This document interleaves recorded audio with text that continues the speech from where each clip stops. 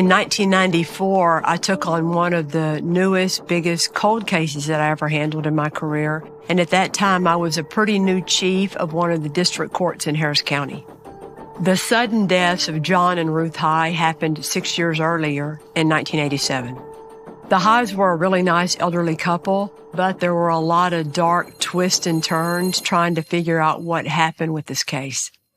What the investigators uncovered was a person so twisted and diabolical that he even started to believe his own lies, and that's what made him even harder to catch. Even if, for instance, there was something that I had done and I confessed to it, y'all dragged right down with me. He's evil to the core. It took a cleverly devised phone call ruse to try and get enough evidence on the killer, but would that be enough? I had to go to trial basically relying on the testimony of one pretty unsympathetic witness.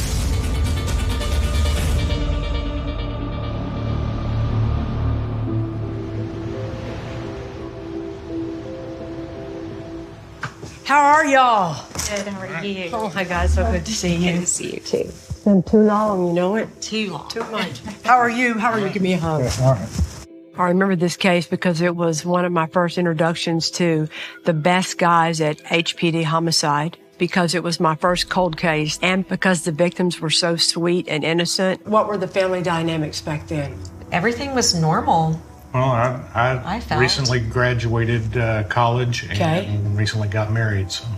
And I was in college at the time. When it happened. Mm-hmm. So talk about that day when you first hear that something horrible has happened. I was with my dad at one of the facilities we operate, and we were there working together, and my mother called him and said that nobody's heard from my grandparents. And he went over there to check on him. Mm-hmm.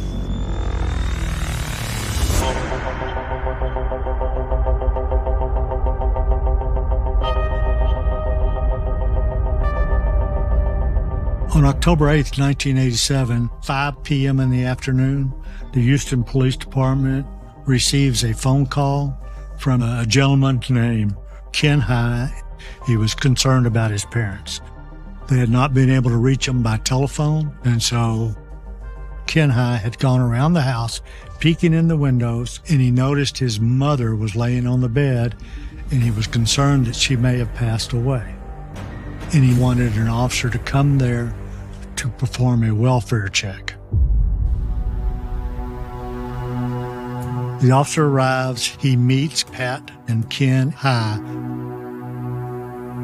The officer notices newspapers on the front of the porch. The door was locked. And so the officer makes the decision that he's going to kick the door in. The officer immediately detects the strong odor of gas, and he observes an elderly male on the floor. Face down, there's a pool of blood around his head. There's an outdoor gas cooker hooked to the dryer gas jet just inside the kitchen. You would not want to use that type of cooker inside the house. The officer immediately turns the gas jet off, and the gas starts dissipating in the residence. And he looks at the body. To him, it's obvious that this person had been dead for several hours. Since it's the High's residence and it's an elderly male on the floor, the initial assumption is that it would be John High. Next, the officer proceeds to the master bedroom. He finds who he believes is Ruth High. There was a book beside her, and one of the pages was folded over as if she fell asleep while reading her book.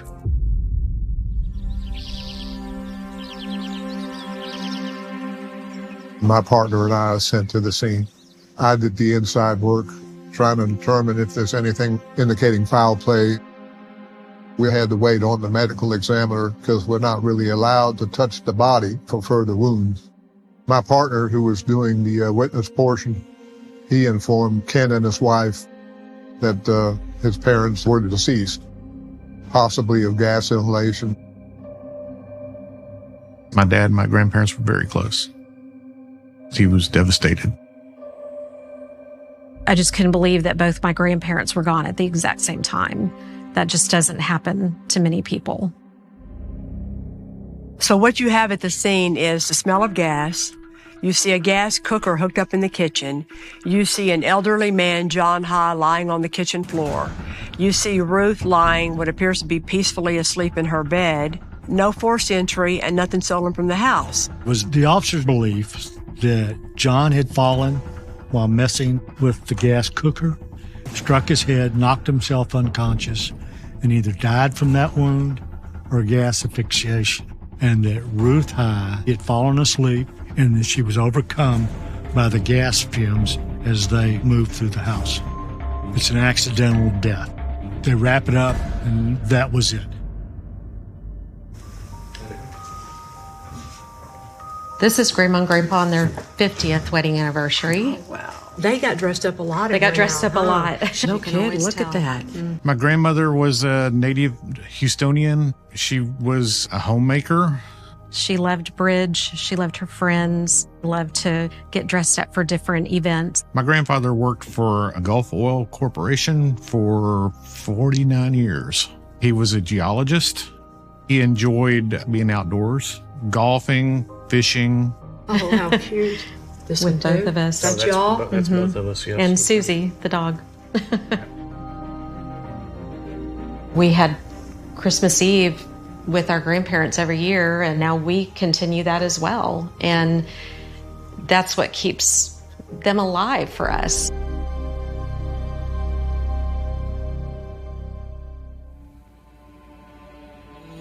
On the 9th of October, I was instructed to travel to the medical examiner's office and meet with Dr. Perungal, who had performed the autopsies. The medical examiner immediately informed us that John died from 6 blunt trauma blows to his head. That created 6 lacerations, 2 to 3 inches in length. This is not a natural or an accidental death. John High had been murdered. After it was determined that John was murdered, we need further investigation because there was no forced entry into the house and there was nothing to indicate that Ruth was murdered. There was a possibility that Ruth High had killed her husband. It could have been a murder-suicide and that she died because the gas building up in the house. We need to return to the scene to see if we can find any information, any evidence that would be helpful. I think the key to investigating any murder-suicide is to be methodical, thorough, and make sure you don't overlook any single detail. Finding any forensic evidence becomes top priority. After the medical examiner's report, going back to a scene, we noticed some things. When someone is struck in the head, you have cast-off blood, and some of that was detected on some spots of the wall. And we found an axe handle behind a curtain in Ruth's bedroom. We think there's a possibility it might be the murder weapon, but we're not sure, so we collected as evidence. There's a gas jet cooker on the floor. The gas cooker is designed to cook crawdads or shrimp. I went to the refrigerator and checking in the freezer, and I did not find any shrimp. There was a candle that had been lit, but it was out. If it was designed to set the gas off, somebody didn't know that. Natural gas doesn't behave that way. It tends to rise, so a candle would not have affected it. This makes us think that somebody has planned this. Someone left the gas on in hopes that the house would blow up. And in the process of blowing up, destroy any evidence on the body. And then it's going to burn any other evidence up inside the house. Murder-suicide was just unbelievable. My grandparents had a wonderful relationship. Seeing them at their 50th wedding anniversary, knowing them from my childhood, that just was not possible. They loved each other way too much for anything like that to happen. We suspected double homicide or a capital murder. It was something that we'd have to look into. Something that was unusual was John and Ruth's will were lying on the table in the living room. John and Ruth High made the beneficiaries of their estate Ken High and his brother Gary High. Their estate was around $300,000 to $500,000. So everybody in the family needs to be questioned. You just can't arrest somebody. We need something. It was a cold case. The male, who refuses to identify himself, begins talking about a double murder that happened in '87.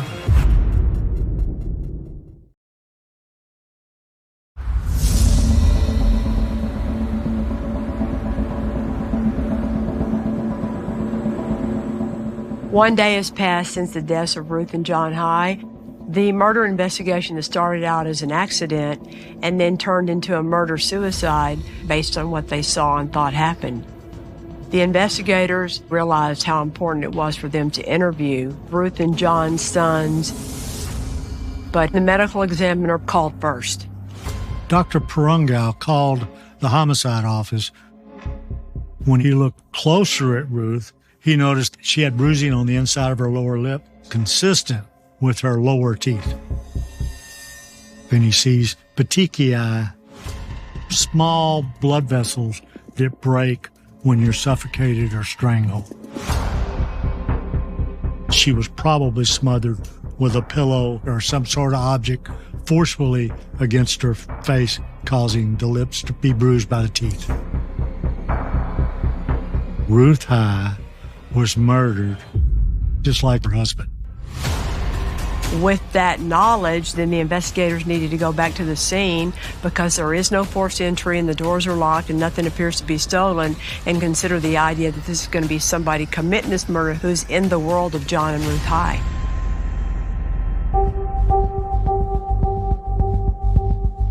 Usually when you're talking about a murder, it's going to come down to one of three different main motives. It's going to be either greed or jealousy or revenge. But it sure feels like money is going to be the main factor here because they're worth some money. The number one priority would be to start talking to family members and very close friends about all the dynamics going on with that family.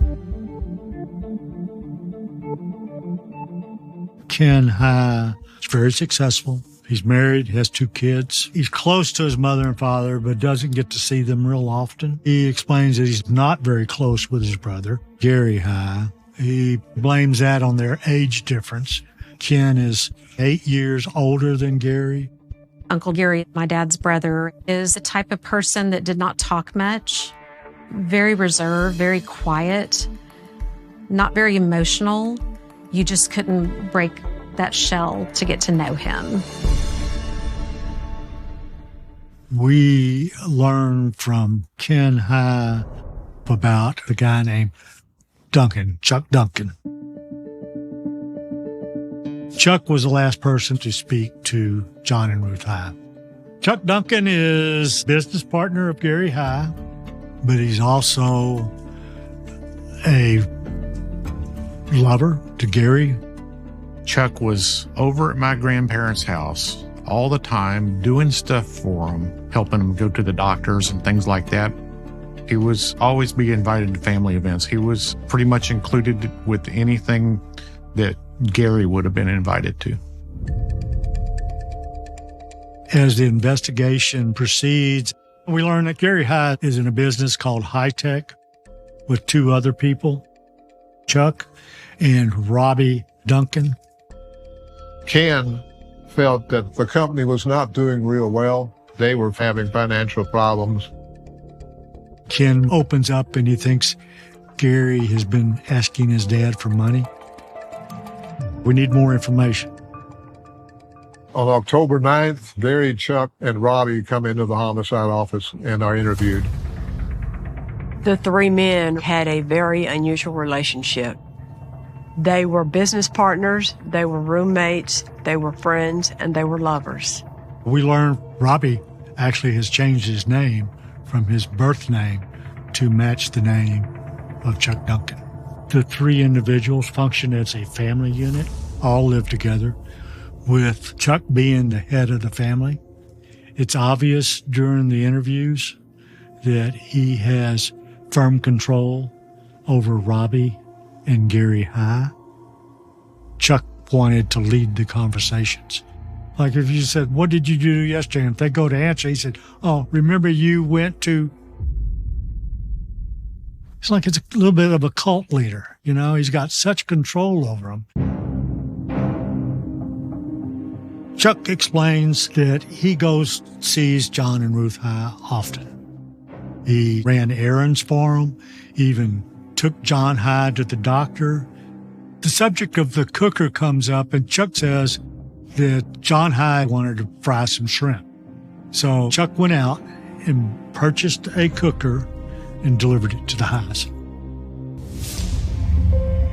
At the scene, we noticed some wills laying out in the open on a table inside their residence.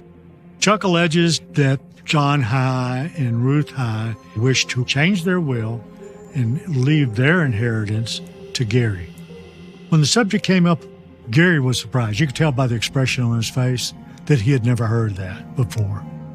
I think in Chuck's mind, if he could have John and Ruth change their will, cut their oldest son out, then he would control whatever their inheritance was worth, $500,000.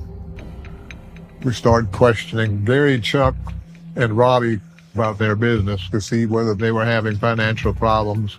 They said the company was doing well. So when we asked them how much money was in the bank, they guessed about $40,000. Bank records indicate something else.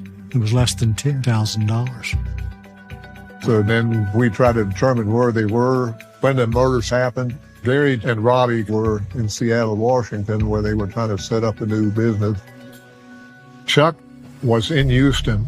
He adamantly denied that he had anything to do with a double homicide, and even suggested that a gardener or a yard worker or something like that may be responsible for this.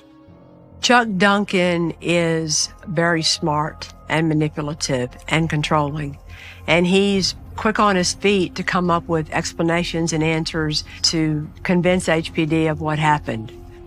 As investigators, Chuck raises the flag for us for a couple of reasons.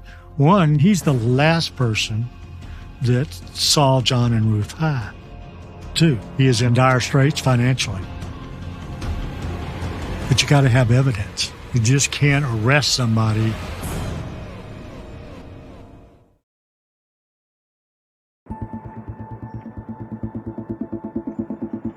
When I first went to Special Crimes and they started to bring me all their cold cases, there were a couple that came through where I would read them and I would know who did it, but I didn't think there was enough to charge it. So I would keep the file and I put them in this drawer in my office, and I named the drawer my Waiting on God drawer. Those were the cases where I thought one day something's going to come along from God, from heaven, to make this case get solved.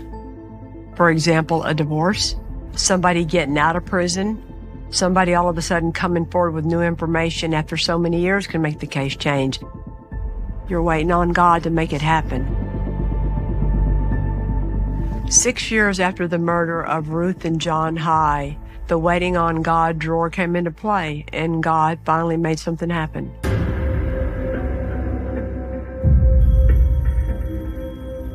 In August of 1993, night shift officer working in the desk in the homicide office receives a phone call from a male who refuses to identify himself and begins talking about having knowledge about a double murder that happened in '87. He even names John and Ruth High.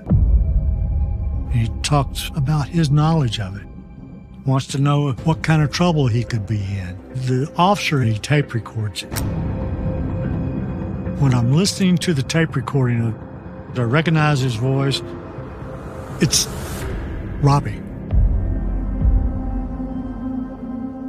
Robbie Duncan was the third member of the triangle relationship between him and Chuck and Gary. At some point after the investigation kind of quieted down, Robbie Duncan left the relationship. He talked a lot about how much control Chuck Duncan had over both him and Gary, and how good it felt to get out of that controlling relationship. After Robbie called the night shift desk, Johnny Moore came to me. He had this cold case that was 6 years old, the murder of John and Ruth High. So myself and Johnny Moore drove out to Kingwood, where Robbie was living. He greeted us, invited us in, was very cordial. And almost like a weight was off of his shoulders because he was cooperating with law enforcement and doing the right thing. He's willing to talk, but he has concerns. He wanted immunity. And we decided to offer him limited immunity. If he didn't commit the murder, he would not be prosecuted. Robbie was granted limited immunity, meaning that anything he would testify to under oath couldn't be used against him. It made him feel safer, which helped further the prosecution of the case. He said during their life together, Chuck would bring up the subject of if the Highs would just die. According to Robbie, Chuck believed that the Highs were millionaires. So if Gary came into the inheritance from his parents, Chuck would definitely benefit through his relationship with Gary. Robbie admits that Chuck was talking about committing the murders to benefit them financially, but he claims he didn't know when it was going to happen. One day, on October of 1987, Robbie and Gary decide to go to Seattle to see if it was good to move their company there. Chuck Duncan calls up to Seattle. Chuck tells Robbie, I did it, it's over. John fought like hell, and Ruth went peacefully.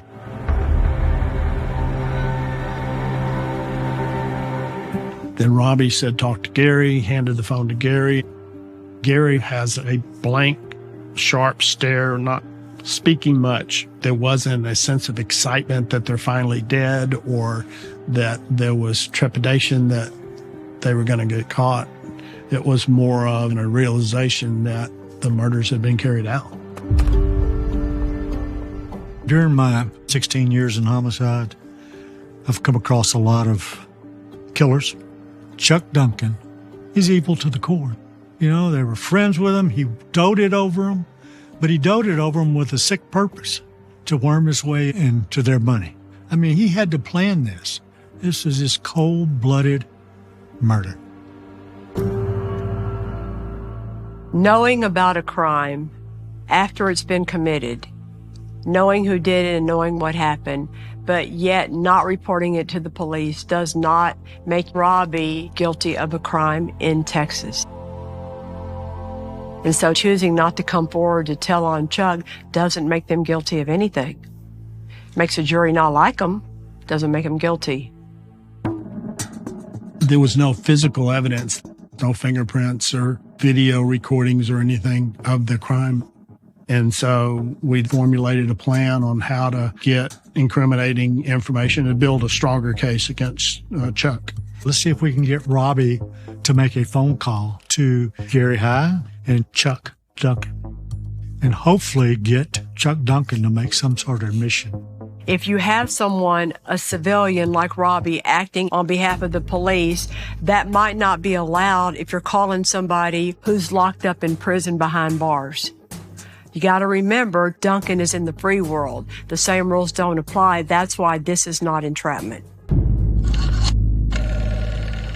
There's always a danger to tipping off the suspect in the case when you have someone who is not an actor play this role.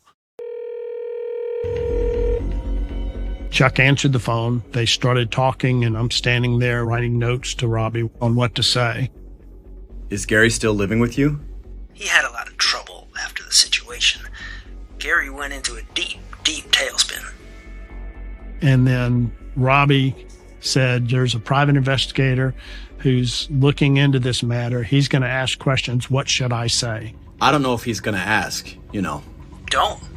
You don't have to answer anything. Robbie's trying to be really good about how he handles him. But when he says, I wished you wouldn't have done that, Chuck says, I didn't do nothing. I'm not guilty of anything. But somewhere a long ways down in there, he indicates that he did it for the family unit. We've gone through it. It's over with. It's behind us, and even if, for instance, there was something that I had done and I confessed to it, do you think you and Gary wouldn't be unscathed by it? I mean, y'all be dragged right down with me. The most incriminating thing that Chuck said was, law enforcement has no evidence. Just stick with the story. You got to be strong, because if I go down and confess, then everybody goes down. Well, yeah, that's why. I won't allow that to happen. I won't. He was threatening that they could all be implicated. And that was essentially making a tacit admission that he was involved in the murder of John and Ruth High.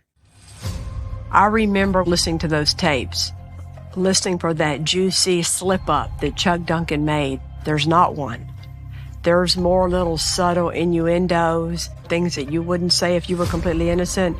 But the context of these tape-recorded conversations, along with the financial incentive with Ruth and John's inheritance, the fact that the company was really crumbling and not doing financially well at all, you have your motive. The fact that Chuck Duncan was the last person to see them alive, and that along with all the other circumstances about how the house was left that day, that's enough to move the case forward. We then secured an arrest warrant for Chuck Duncan for capital murder.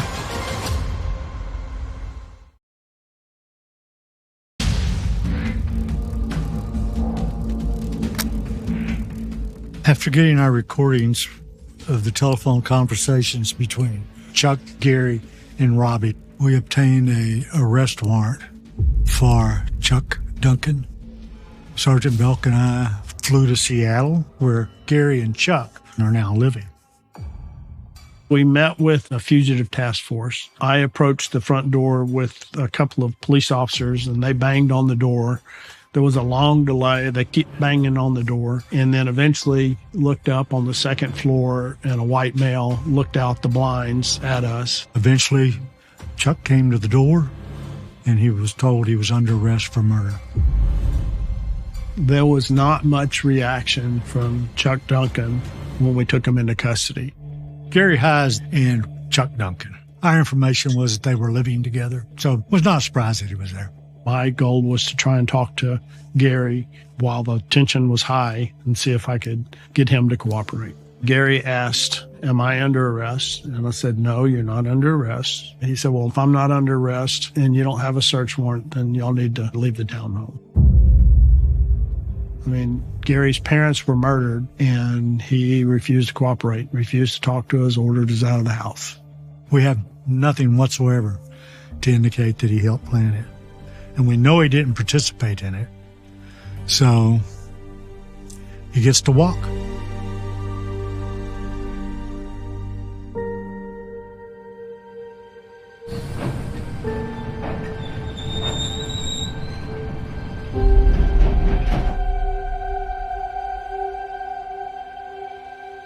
When your dad realized that his own brother could be involved, can you talk about how that affected your dad? Never have seen him so sad in all my life. Yeah. Wow. And I think he just felt so deceived. And so, how could this happen? I think I'd be mad too, mad and sad, and just want to scream at your brother. It was more about Chuck. Really? Yeah. Mm-hmm. Really? What do you think he ended up thinking about it? Chuck just had control over Gary. Even before all this, you could tell? Oh, absolutely. Really? Mm-hmm. Chuck was taken to a local law enforcement agency and read him his legal warnings. He acknowledged he understood the warnings and waived them and was willing to talk, which was no surprise because he was a talker. And he thought he could talk his way out of everything. He thinks he's smarter than you are. So he's trying to figure out what I might have or might not have on him. And so he's really curious. I told him that Robbie fully cooperated with us and also told him about the phone calls were recorded. You can see his wheels are turning. Now he's trying to think through the conversation. Setting up this recorded conversation with Chuck Duncan is kind of like what we do on Cold Justice every case we work. You try to get them to give you a statement, a version of what happened, and then they're locked into it because they've said it. Then if they change that version, that can be pretty damning. He knew he was in a lot of trouble. And so, in typical fashion, Chuck concocted another story. I didn't do it, but I helped do it. Ruth told me she wanted a mercy killing. She wanted somebody to kill her and her husband because they were old, getting frail, and she didn't want to suffer. And Ruth was paranoid about that. She says, I need to be able to rely on you, Chuck. She says, I would do anything in the world for you and Gary and Robbie. But I got to have peace of mind, and if I can find a solution. She says, I don't want to wait until I'm in a wheelchair being given tranquilizers at a nursing home. She says, I can't face that. And she said, I would rather pick and choose the time of my death. And that's exactly what she said. According to Chuck, Ruth asked him to find someone to kill her and she would pay for it, kind of like an assisted suicide or whatever. He called it a mercy killing. He says, I wasn't there, so I really don't know what happened. I hired 2 yard guys to go do it. And one guy's name was Oscar, and then he mowed the facility where their business was. I told the boys, not Rob and Gary, but these Hispanics, that they were old and they wanted to go out peacefully. And this is a sum of money, and the money would be there waiting in the house, and for them to pick it up. And that was how the arrangement was. We had no other choice but to pursue names of all the yard men. We interviewed them, and we knew it was a bogus story, but you still had to close that door. In his mind, the fact that he presents it as a mercy killing, he would only do a little bit of time in the prison if he was found guilty. Chuck is putting himself directly responsible for the deaths of John and Ruth High, but not admitting that he physically killed them. It didn't matter to us. We didn't need the truth. We just needed an admission, and he made an admission. Chuck Duncan is charged with capital murder in the deaths of John and Ruth High. This case was actually filed 2 different ways. One is it's a double murder, 2 people were killed, and also it's a murder for remuneration. When a murder is committed over money because of money, you can also file capital murder charges that way. I think that when you listen to every line of every word that came out of Chuck Duncan's mouth, Chuck Duncan did not help himself by talking that day to Billy Bell. Billy, Sergeant Bell, he's a very good interrogator, Yeah. very good interviewer. He's a hostage negotiator. Since I had dealt with Duncan before, I thought Billy would be a good fit. And it worked. And it worked. As we get ready to go to trial, I remember, because I looked at the date, I was 5 months pregnant then You were? with my daughter, who just became a prosecutor a month ago. Isn't that Wow. funny? It's been a lifetime, Johnny. Yes, it has. But this was my first cold case where it had this twist to it. And I think the big thing for me was how much the whole case came down to Robbie. I knew that I had to figure out a way to let Robbie get up on the stand and testify against Chuck Duncan. But the main challenge of trying this case with Robbie is that I didn't know what a jury was going to think about him. I didn't know what a jury of 12 people would think about a grown man being involved in this odd relationship and knowing full well that 2 wonderful people have been murdered and never telling anybody in law enforcement the whole truth for 6 years. How are we going to make sure that the jury understands he's credible? Because if a jury hated him, we were going to lose.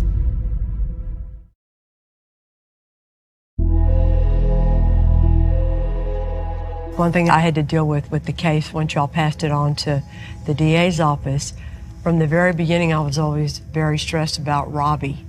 When he came forward, thank God he did, but it took 6 years. Was the jury going to hate him? You know, getting the jury ready to understand where he was coming from, and he did the right thing. Even if you think you would have handled it differently, let's see if he's credible. Right. He was the foundation and crux of the whole case. Sure. I was taught a long time ago as a baby prosecutor, every case has a theme. You take the weakness of your case and you make it your theme. So in this case, the issue with the case was, what are we going to do about Robbie? You have to take that and make it your theme and deal with it head on. He comes kind of tainted, he comes kind of muddy because of the way he came around to finally tell him what he knows.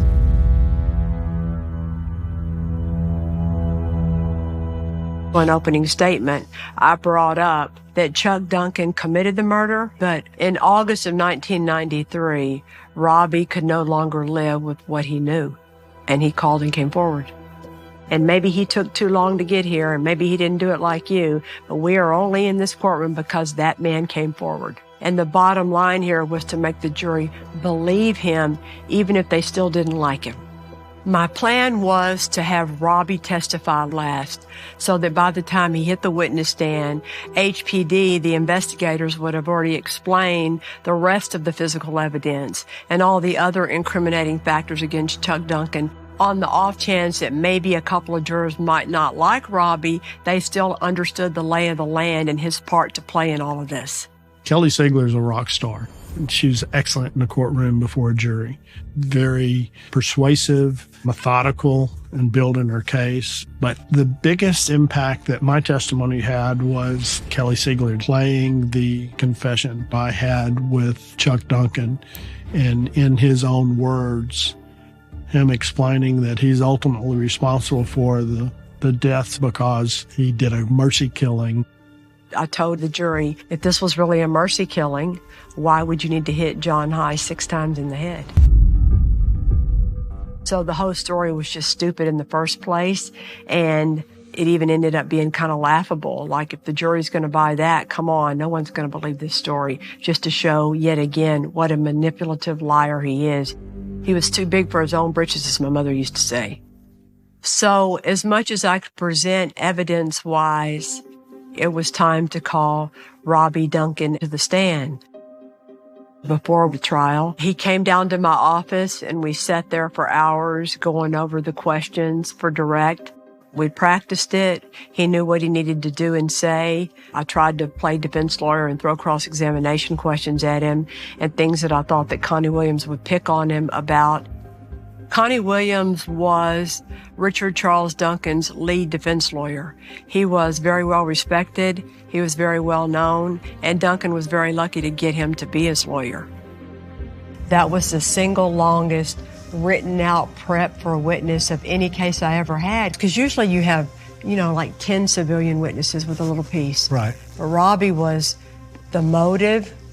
Without Robbie's information, though, think about it, getting the jury ready to understand that Chuck killed the Highs for their money would be pretty much impossible. Robbie was the relationship and dynamic. Robbie's the one that shed light on Chuck's control over them even after confessing to the murder. He was the last witness. He was almost a whole day. He told the truth, told it like it was, and then Connie Williams cross-examined him. And I remember thinking, pass the witness, okay, here we go. How's this gonna go? And Connie started cross-examining Robbie, thinking as he went on, he's doing okay. You just have to sit there, right? Being cool. He's doing okay. And I thought, ooh, he did all right. He always came across like he was telling me the truth. Yeah. Some of it was my prep, but Robbie was pretty good. Every kind of way they could insult him, Connie did a good job of trying to do. Why did it take you this long?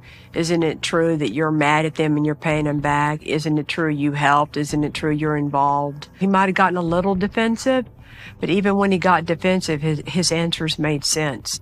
He owned that he should have come clean sooner. He owned that he should have been less of a mouse around Chuck Duncan, that he should have been more of a man and done the right thing. He owned all that. You just have to hope that at the end of the day, that came across as credible to the jury.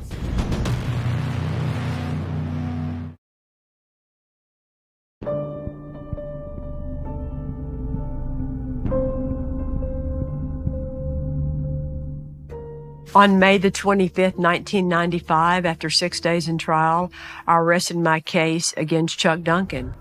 The evidence was mostly circumstantial, but it was a strong case.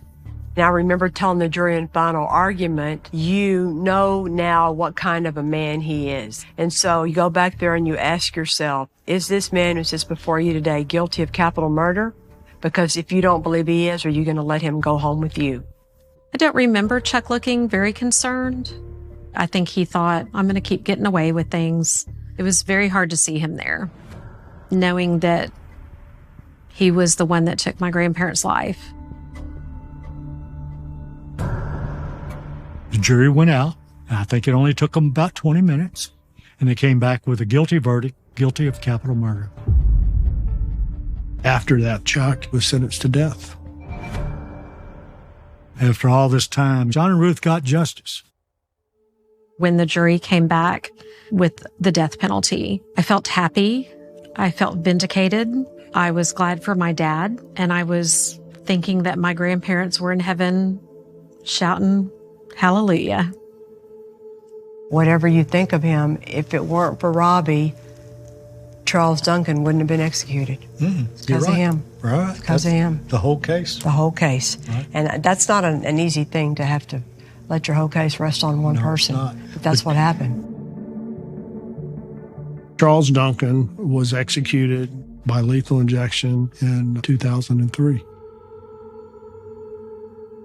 Chuck's last words was, I'm innocent. Wow. You think at the last minute, the defendant, the killer, will say they're sorry and admit it, and they never do.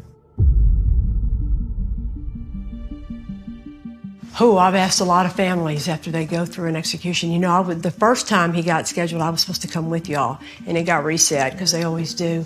And then it finally happened in 2003, 8 years later. There's no comparison of what happened to Chuck and what happened to my grandparents. Right.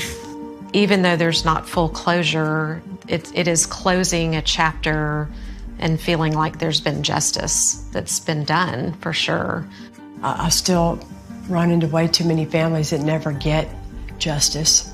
They're still waiting to get justice. So what would you tell somebody? Don't give up, have hope, and be there for each other so that you can get through it. After the trial, Ken High never tried to fight Gary High in court over the will, over the estate. They let him have his share, but they never spoke again. And when he passed away, they didn't go to his funeral. My very first cold case that was a death penalty case was far from easy. This case revolved around the issue of having a not sympathetic witness. And so addressing that head on were the keys to the prosecution of this case. Not what a lot of people think are the problems with a death penalty case, especially today in the age of DNA and forensic evidence, but it boiled down to something that simple. Justice for the High family did not come quickly. It took a lot of years. The waiting on God drawer came into play, and they finally did get justice.